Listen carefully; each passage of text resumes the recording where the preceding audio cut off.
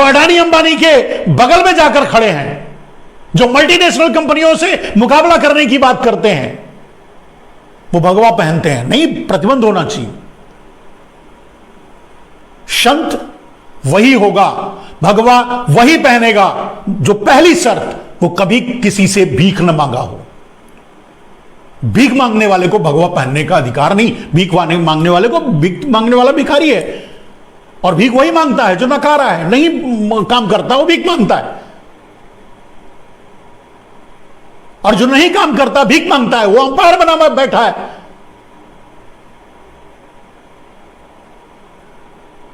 इस हद तक हिंदू धर्म का मैं कहता हूं, मतलब हिंदू धर्म का सर्वनाश करने वाले हमारे हिंदू ही रहे हैं।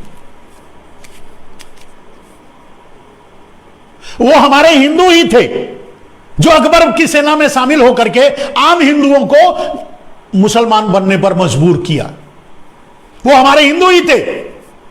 वो हमारे हिंदू ही थे जो अंग्रेजों की सेना में खड़े होकर उनके डंडे और लाठियां और उनकी बंदूकें पकड़कर अपने ही माताओं और बहनों पर बलात्कार करवाया अंग्रेजों से। वो हिंदू ही थे। और ये सच है इतिहास का, ये काला पन्ना है इतिहास का, ये कलंक है भारत के ऊपर। और ये कलंक इसलिए लगा है कि कभी आप अपने गिरवान में झांकने की कोशिश नहीं करते। और जब अपने आप को झांक नहीं पाते, अपने आप को देख नहीं पाते, अपने आप को समझ नहीं पाते, तो गांधी को गोली मार देते हो। गांधी को गोली मारने की जरूरत क्यों पड़ी? क्योंकि आप अपना मुकाबला नहीं कर पा रहे थे, अपना चेहरा देख नहीं पा रहे थे आईने में। क्योंकि आपने देश की आजादी में भाग नहीं लिया था, क्योंकि आप दलाली कर रहे थे अंग्रेजों की, क्योंकि आप दलाल थे अंग्रेजों के। और उसी अपने कलंक को छुपाने के लिए गांधी को मार दिया। मार दो, कितने गांधी को मारोगे? हर कोई मरने के लिए आता है, एक न एक दिन तो मरेगा। मुझे भी मार दोगे, मार दो। कितने को मारोगे? अपने कलंक को छुपाने के लिए, अपने कुकर्म को छुपाने के लिए कितनों का दमन करोगे, कितनों को मारोगे? लेकिन मैं जानता हूं, मैं समझता हूं, मैं महसूस करता हूं कि हिंदू धर्म को पूरी तरह से बदनाम करने वाले हमारे हिंदू ही लोग हैं। अपना चेहरा अपने आईने में देखना, पूछना अपने आप से, क्या यह विषय है हम हिजाब पर बात करें? क्या यह विषय है कि हम 3 तलाक पर बात करें? क्या यह विषय है कि हम खतना पर बात करें? क्या यह विषय है गरीबी, बेरोजगारी, भूखमरी, महंगाई, किसानों की आत्महत्या, देश का पतन, नष्ट कर डाला पूरे देश को, और बात करते हो 3 तलाक की, लव जिहाद की? कैसे बच्चे पैदा करते हो, कैसे संस्कार देते हो अपने बच्चों को, जिनको इतना भी पता नहीं कि कब कहां कैसे जीना चाहिए, कैसे रहना चाहिए, और नहीं रह सकते तो आप कानून बनाते हो लव जिहाद, और ताली ठोक कर कहते हो कि हमने अच्छा काम किया, लव जिहाद का कानून बना दिया। अरे अपनी महिलाओं को कलंकित किया आपने, ऐसा करके अपने महिलाओं के चरित्र पर संदेह किया आपने, ऐसा करके। कितने किस किस चीज के लिए बोलूं यार? मजाक बना दिया है देश का। एक था ना मोहम्मद तुगलक, पागल आदमी, खपती, कुछ भी बोल देता था, कुछ भी कर देता था, कुछ भी आदेश पास, वैसे ही कर रहे हो। पहले 18 साल था बालिग होने का, अब 21 साल कर दिया। काय को भाई? किस चीज के लिए किया? क्या 21 साल के बाद लोग वोट देंगे? आप बताओ। या महिलाएं के लिए किया है तो महिलाएं 21 साल के बाद बालिग होंगी तो 21 साल के बाद वोट देंगी? वोट तो आप 18 साल के बाद ले रहे हो। तो वोट देने की समझ एक महिला में 18 साल के बाद आती है, लेकिन परिवार चलाने की समझ उसे 21 साल के बाद आएगी। क्या बताना चाहते हो यार तुम?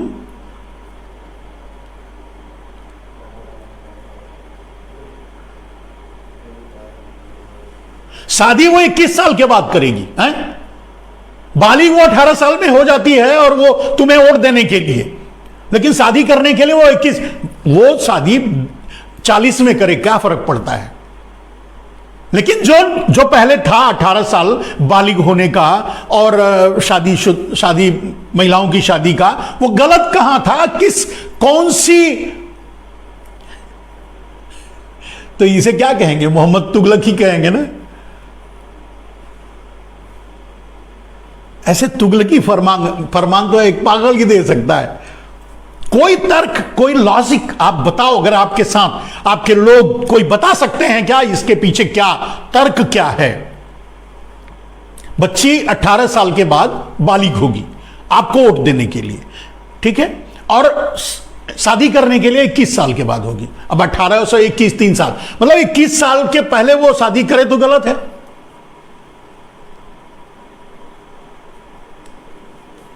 कमाल है यार।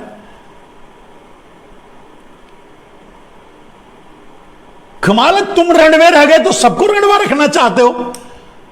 अगर किसी की इच्छा है कि भाई 18 साल के बाद शादी करे, तुमसे क्या तुम्हारा क्या होता है भाई, 18 साल है तो है, चलो ठीक है।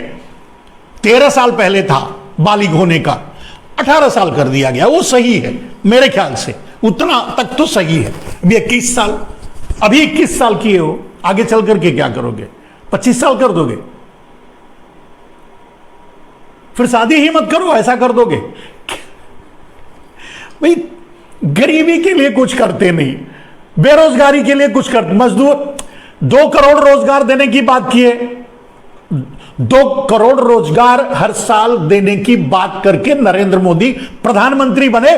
2 करोड़ रोजगार हर साल तुमने आम आदमी का छीन लिया, माने जो देने की बात की थी वो लेने की। अब ये कह सकता हूं कि शायद तुमने यही कहा होगा उस समय, सुनने में लोगों को गलती लगी होगी कि तुमने 2 करोड़ हर साल 2 करोड़ रोजगार दूंगा, ऐसा नहीं कहा होगा। मेरे ख्याल से तुमने यह कहा होगा कि हर साल 2 करोड़ रोजगार लूंगा, ऐसा ही कुछ हुआ होगा ना।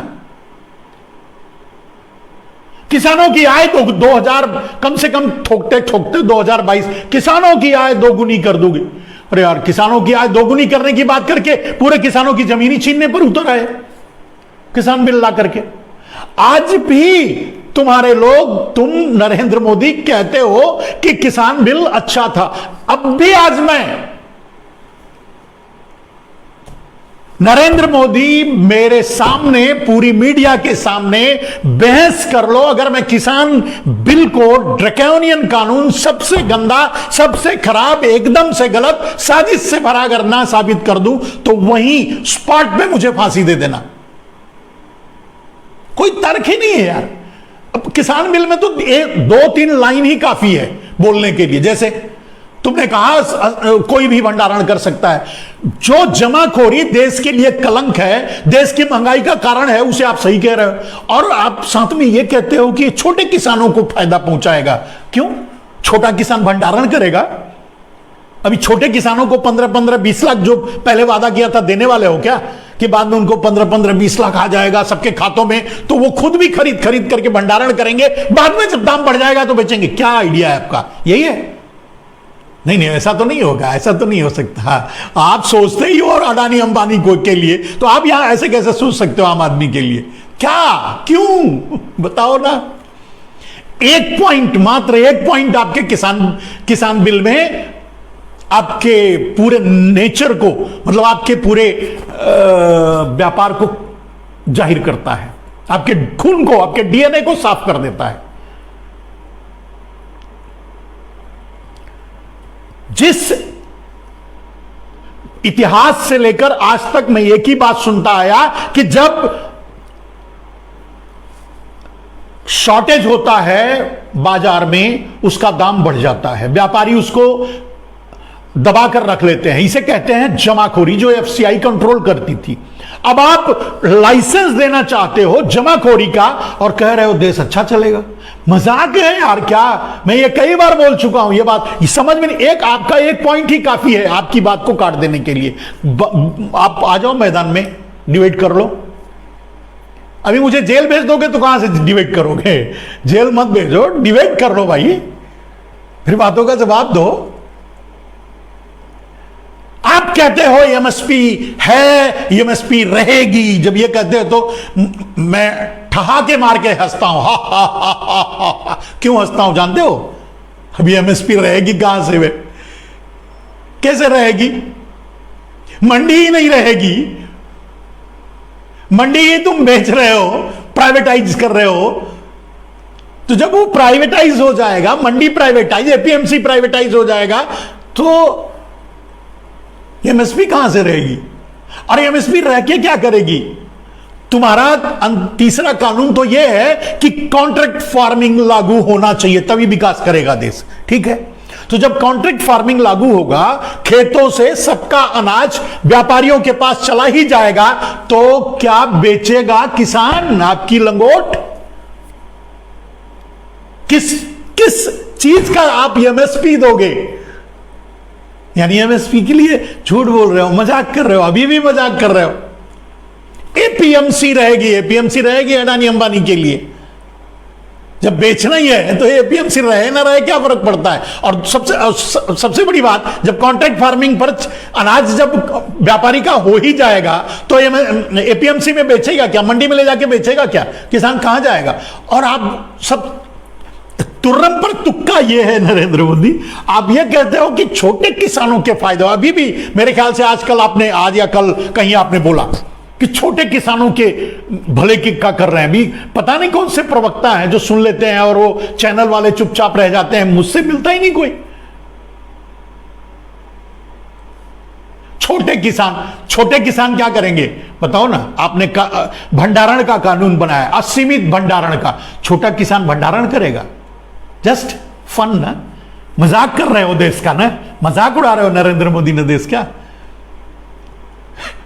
छोटा किसान भंडारण कैसे करेगा आप बताओ ना? उसके पास पैसा कहां है? वो तो अपना नून तेल खरीदने में ही व्यस्त है, अपने बच्चों की पढ़ाई फीस यही में मरता रहता है, आत्महत्या भी कर लेता है। छोटा किसान कहां से करेगा? भंडारण कहां से करेगा? चलो ट्रांसपोर्टेशन, अब ये 2 किलो अनाज गंगूराम मेरठ से लेकर के चेन्नई आएंगे बेचने के लिए, आप भी बता दो। तो मजाक करते हो ना आप? सबको छूट होगी, कोई कहीं भी जाकर के बेच सकता है, ऑनलाइन बेच लेगा। अरे भाई, गंगूराम का पूरा फैमिली कोई एबीसीडी नहीं पढ़ा है, तो कहां से ऑनलाइन बेच लेगा? मजाक करते हो ना? क्यों मजाक उड़ाते हो यार देश का नरेंद्र मोदी? खैर, ये देश ऐसा ही है। आप जैसे लोगों को ही अब भी आपको नरेंद्र मोदी जब करने वाले जिस देश में हो, हम कितना समझाएंगे? किसको समझाएंगे? कहां समझाएंगे? हम कहां तक पहुंचेंगे? और हमको तो पहुंचने भी नहीं देते। और कुछ जब हम पहुंचने लगते हैं तो उठा के जेल में डाल देते हो। पहुंचने मेरी कोई बात वायरल हो गई तो उसके लिए उठा के जेल में डाल दो। क्यों डाल दोगे भाई? अरे मैंने कहा उससे पूछो ना कि भाई ये तुमने कैसे कह दिया, इसका जवाब दो। उठा के जेल में डाल दोगे? मजाक है? चलिए, हमारे 3 दिन के जेल की कीमत आपकी होगी आपके राजनीतिक खात्मा। राजनीति से आप बेदखल हो जाओगे नरेंद्र मोदी, और जेल में जाओगे। यह तो तय है। आज नहीं तो कल, कल नहीं तो परसों होना तो है। पाप का अंत होता है, कब समय बताएगा। तो गोवर्धन भाई जी लिखते हैं कुछ, मुकेश कुमार लिखते हैं बीजेपी सबको मूर्ख समझता है। बिल्कुल सही बात। गोवर्धन जी लिखते हैं कि 15 लाख काला धन लाऊंगा, 15-20 लाख यूं ही सबको दे दूंगा, क्या हुआ?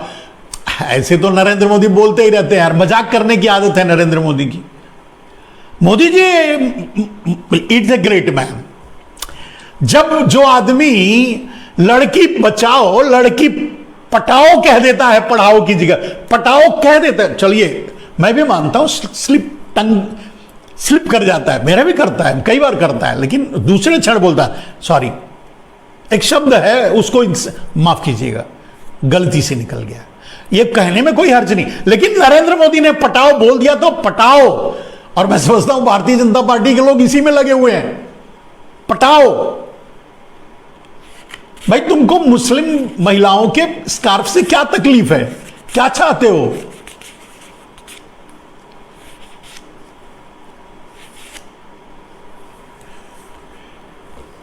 स्कार्फ बांधने वाली को पसंद नहीं करोगे, सनी लियोन को पसंद करोगे, जो चड्डी पहन के घूमती है, सब कुछ दिखाती है। किसको पसंद करोगे भाई?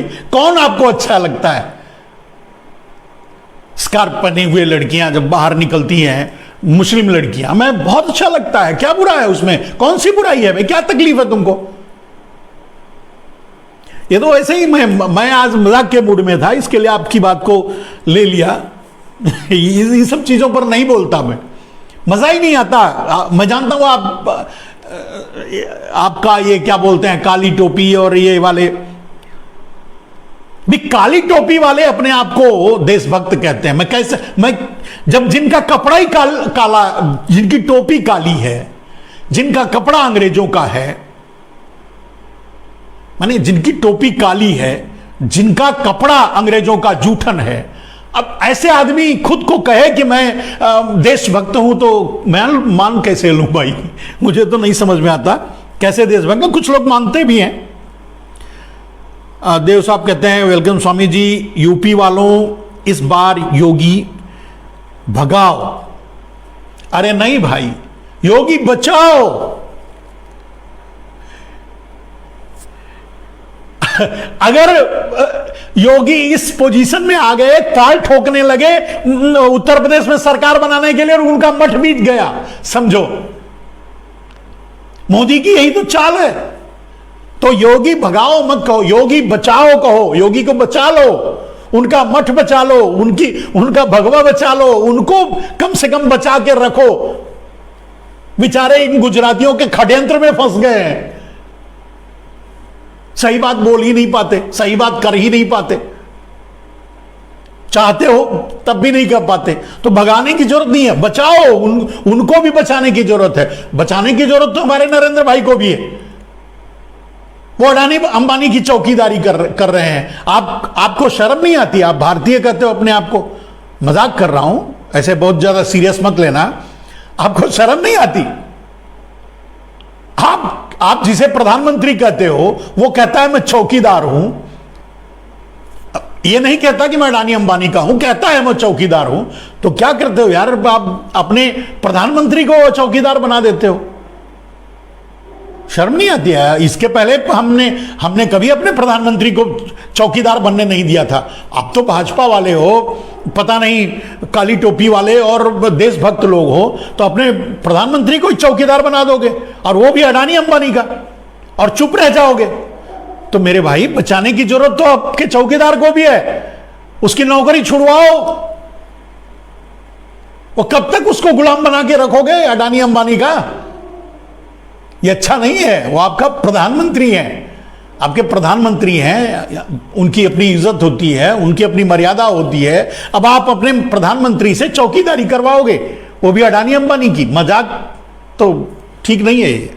बचाओ, सबको बचाने की जरूरत है, और बचा सकते हैं आप। मोदी जी की चौकीदारी, अब बताइए, अडानी अंबानी की चौकीदारी मोदी जी कैसे छोड़ेंगे? आप वोट मत दो, छूट जाएगी। तो बचाओ। मोदी जनता पार्टी और उनके आसपास खड़े किसी भी आदमी को वोट मत दो, उनको बचाओ। भगाओ नहीं, उनको बचाओ। अडानी अंबानी की नौकरी से बचाओ, काली टोपी वालों को अंग्रेजों की गुलामी से बचाओ। ये सब मिलाकर के जो हैं, जो भगवा भी इंफेक्टेड हो गया है, उनको बचाओ। कि वो भीख मांगना बंद करें, अपनी कमाई खाएं, मेहनत करें, उसके बाद भगवा पहने गर्व के। और सही संत की उपाधि आप भी जानते हो, शायद जनक जी को उनको कहा जाता है, जो गृहस्थ से थे। तो गृहस्थ होते हुए, अपने बीबी बाल बच्चे का पालन करते हुए, हल जोतते हुए, खेती करते हुए, और सब कुछ अनाज खुद उपजाते हुए और उसे खाते हुए, अपनी मेहनत की कमाई खाते हुए, उसे संत कहा जाता है। तिलक लगा लिए, प्रपुंड लग लिए, लुंगी मार लिए और हाथ फैला रहे हैं, नेताओं की दलाली कर रहे हैं, ऐसे लोगों को आप संत मान लेते हो? जब ऐसे लोगों को संत मानोगे, कौन थे आसाराम? नरेंद्र मोदी के दलाली थे, नरेंद्र मोदी की बेनामी संपत्ति के वाहक। थोड़ा आंख दिखाए तो उठा के जेल में डाल दिया, पूरी संपत्ति हड़प ली। किसके पास है आज अथा आसाराम की संपत्ति? नरेंद्र भाई के पास। और वो संपत्ति आई कब थी? इतिहास उठा के देख लो, आसाराम जी के पास इतनी संपत्ति कब आई? 2002 के बाद। रामदेव के पास इतनी संपत्ति कहां से आई और कब आई? आप देख लो, इतिहास पढ़ लो। ये मतलब अभी तो इतिहास क्या, अभी तो सब वर्तमान है ना, पता कर लो। 2002 के बाद जब नरेंद्र मोदी प्रधानमंत्री बने थे, मुख्यमंत्री बने थे, गुजरात जला करके, उसके बाद तो गुजरात बेच करके नरेंद्र मोदी ने इन्वेस्ट किया था कहां कहां? रविशंकर, आरएसएस, वो राम रहीम जैसे लोग, आरएसएस और कुछ और भगवा और रविशंकर, ऐसे लोगों पर इन्वेस्ट किया था, जहां से इनको ये उम्मीद थी कि आसाराम जी, ऐसे लोगों पर इन्वेस्ट किया था जो बाद में इनको काम आते चुनाव में। आसाराम जी ने ठेंगा दिखाया, इसके लिए अंदर कर दिया। अभी किसी दिन दो चार दिन पहले एक दिन कोई पोस्ट कर रहा था कि कांग्रेस ने अच्छा किया, आसाराम को अंदर कर दिया, नहीं वो महिला कल्याण मंत्री होते। मैं बोला ये किसने कह दिया यार तुझसे? आसाराम जी को कांग्रेस ने नहीं, आसाराम जी को मोदी ने अंदर किया है। आपसी झगड़े को, पैसे के झगड़े को नहीं। रामदेव का भी वही हाल होगा। चलो एक कहानी समझो, एक कहानी मैं बताता हूं। रामदेव ने मोदी की दलाली करके स्टेट मैनेजर बन करके सोचे थे कि उनके ऊपर जो केस है सब हटा देंगे।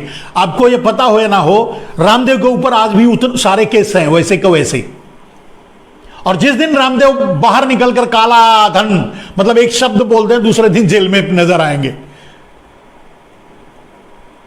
दलाली करके थोड़ी कोई कुछ बन सकता है यार। गट्स, मेहनत से कमाओ और 2 रोटी खाओ, आप भगवा पहनो, गर्व की बात है। मेरे जैसा, मैं गर्व से कहता हूं। चलिए और आगे बढ़ते हैं। तो दोस्तों, आप लोगों ने जो प्रतिक्रियाएं दी हैं उसको मैं देखते चूहे चलता हूं। 15 लाख की बात गोवर्धन भाई ने लिखा था। और फिर उसके बाद जगदीश कौशिक लिखते हैं, देश को बर्बाद करके जाएंगे काली टोपी वाले। सही बात कह रहे हो यार। नरेंद्र मोदी उत्तर प्रदेश के चुनाव को संबोधित करते हुए बोले लाल टोपी देश के लिए खतरा है। उनको काली टोपी दिखाई नहीं देती, लाल टोपी देश को खतरा दिखाई देती है। और खतरा लाल टोपी क्यों है? वो कहते हैं अतीक अहमद, आजम खान, मुख्तार अंसारी बाहर आ जाएंगे। अरे यार वो तो जेल में है, बाहर आ जाएंगे। आपने तो अपने भाइयों को मेहुल चौकसी, नीरव मोदी चार्टर्ड प्लेन में बिठा करके भेज दिया विदेश। तो माफिया वो है, माफिया वो है जो विदेश में बैठ करके ऐश कर रहा है।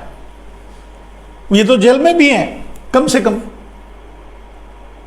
अब उन पर पर्दा डालने के लिए आप इनका नाम लेते हो, तो लेते रहो। अब ये देश ऐसा ही है, सब ऐसा ही सोचते रहते हैं। नहीं ज्ञान है तो सोचते हैं चलो मैं बता देता हूं, समझ में आए तो ठीक, नहीं तो कोई बात नहीं। आगे सीताराम यादव कहते हैं प्रणाम, धन्यवाद बंधु। राजेश ईशान कहते हैं सरदार मनमोहन सिंह देश के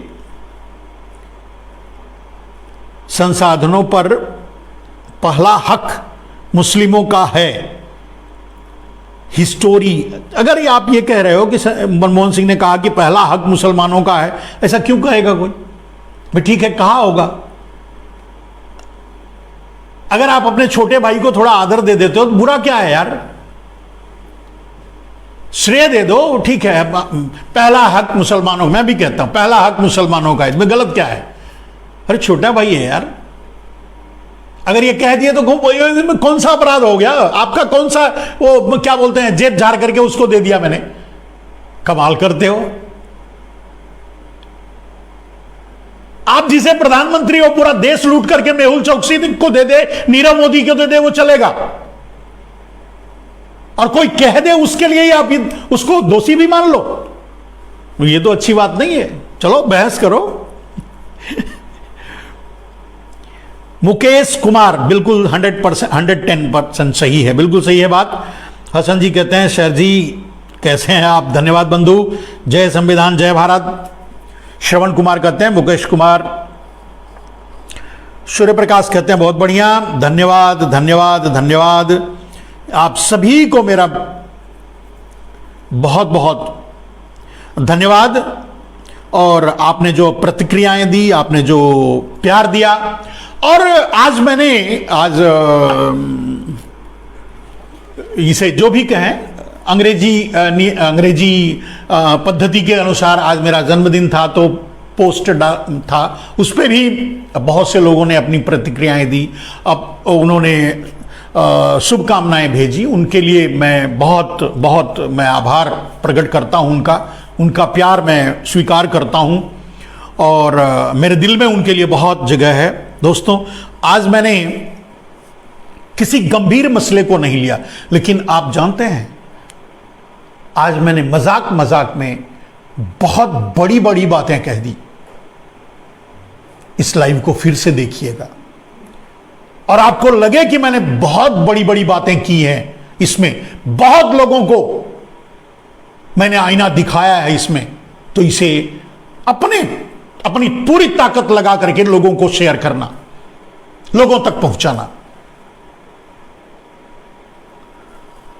मैं भले ही आज उतना गंभीर नहीं था इस विषय को लेकर के कि मैं क्या कहूं, लेकिन जिन बातों को, जिन मुद्दों को मैंने छेड़ा है और मजाक मजाक में जो बातें मैंने कही है, वो कुछ लोगों के दिलों को चीर जाएंगी। अगर उनके अंदर आत्मा होगी ना, तो बाहर आ जाएगी, उन्हें धिक्कारेगी, उन्हें शर्म आएगी, और शायद वो दोबारा गलती ना करें। मेरे भाई, आज हम गरीबी, महंगाई, बेरोजगारी, भूखमरी, किसानों की आत्महत्या, पता नहीं कितनी समस्याओं से लड़ रहे हैं, और हम बात कर रहे हैं, लड़ तो इतनी बड़ी समस्या से रहे हैं, एक महामारी, न जाने कितनी समस्याओं से लड़ रहे हैं, जूझ रहा है देश, और हम बात कर रहे हैं महिलाओं के स्कॉर्ट पे, मतलब महिलाओं के हिजाब पे, हम बात कर रहे हैं खतना पे, हम बात कर रहे हैं 3 तलाक पे, हम बात कर रहे हैं हिंदू मुसलमान पे। कितने दुर्भाग्य की बात है। नरेंद्र मोदी कभी भी अपने वक्तव्य में, भाषण में, अपने संबोधन में कभी गरीबी की बात नहीं करते, मजदूरों की बात नहीं करते, बेरोजगारों की बात नहीं करते, कभी नहीं करते। एकदम से गायब मिलेगा, वो बात ही चर्चा ही नहीं करते। लेकिन वो मुख्तार अंसारी, अतीक अहमद और आजम खान और हिंदू मुसलमान ये जरूर करते हैं, हर बात में, हर जगह जब भी वोट मांगते हैं ये कहते जरूर हैं। कितना गिर चुका है यार देश, राजनीति को इन्होंने कितना गिराया है। और उसके बाद भी अगर आपको मोदी महान लगते हैं, तो भाई ये महान आदमी, इस महान आदमी को आप ले जाओ, अपने अपने घरों में मंदिर बना के रख दो और उनकी पूजा करो। देश को इनकी जरूरत नहीं है। और मैं देशवासी, जो सच्चा राष्ट्रभक्त है, वो उसका पहला काम है कि नरेंद्र मोदी को मुक्ति दो, नरेंद्र मोदी को छुटकारा दो वॉचमैनी से। भाई उनसे वॉचमैनी मत करवाओ यार, वो भी 60-62 साल के हो गए। हमारे जैसे आदमी को वॉचमैनी करने भेजोगे तो अच्छा लगेगा क्या? तो उनसे वॉचमैनी मत करवाओ यार। वो कहते हैं वो तो क्या है, वो कहते हैं ना कि वो चौकीदार है। वो ये नहीं कहते कि अडानी अंबानी के, लेकिन साबित यही हुआ है अभी तक। तो उनसे चौकीदारी मत करवाओ। ये जिम्मेदारी आपकी है कि उनकी चौकीदारी छुड़ाओ। आप अगर अच्छे बच्चे हो, आप अगर समझदार बेटे हो, अगर आप समझदार भाई, पति, बाप जो भी हो, अगर एक समझदार नागरिक हो, तो अपने प्रधानमंत्री से चौकीदारी मत करवाओ। अपने प्रधानमंत्री को चौकीदारी से मुक्त करो, छुट्टी दो। कैसे करोगे, कैसे, ये समझ सकते हो। किसी भी कीमत पे भारतीय जनता पार्टी को वोट मत दो, उससे सटे हुए लोगों को वोट मत दो। और जिनको भी शक है, जैसे क्या है ना वो ओवैसी या मायावती, इन सबको भी वोट मत दो, क्योंकि फाइनली ये वो उसी खेमे में जाने वाले हैं। मुक्ति दो, अपने प्रधानमंत्री को मुक्त कराओ चौकीदारी से। आज के लिए बस इतना ही। जय हिंद, वंदे मातरम दोस्तों।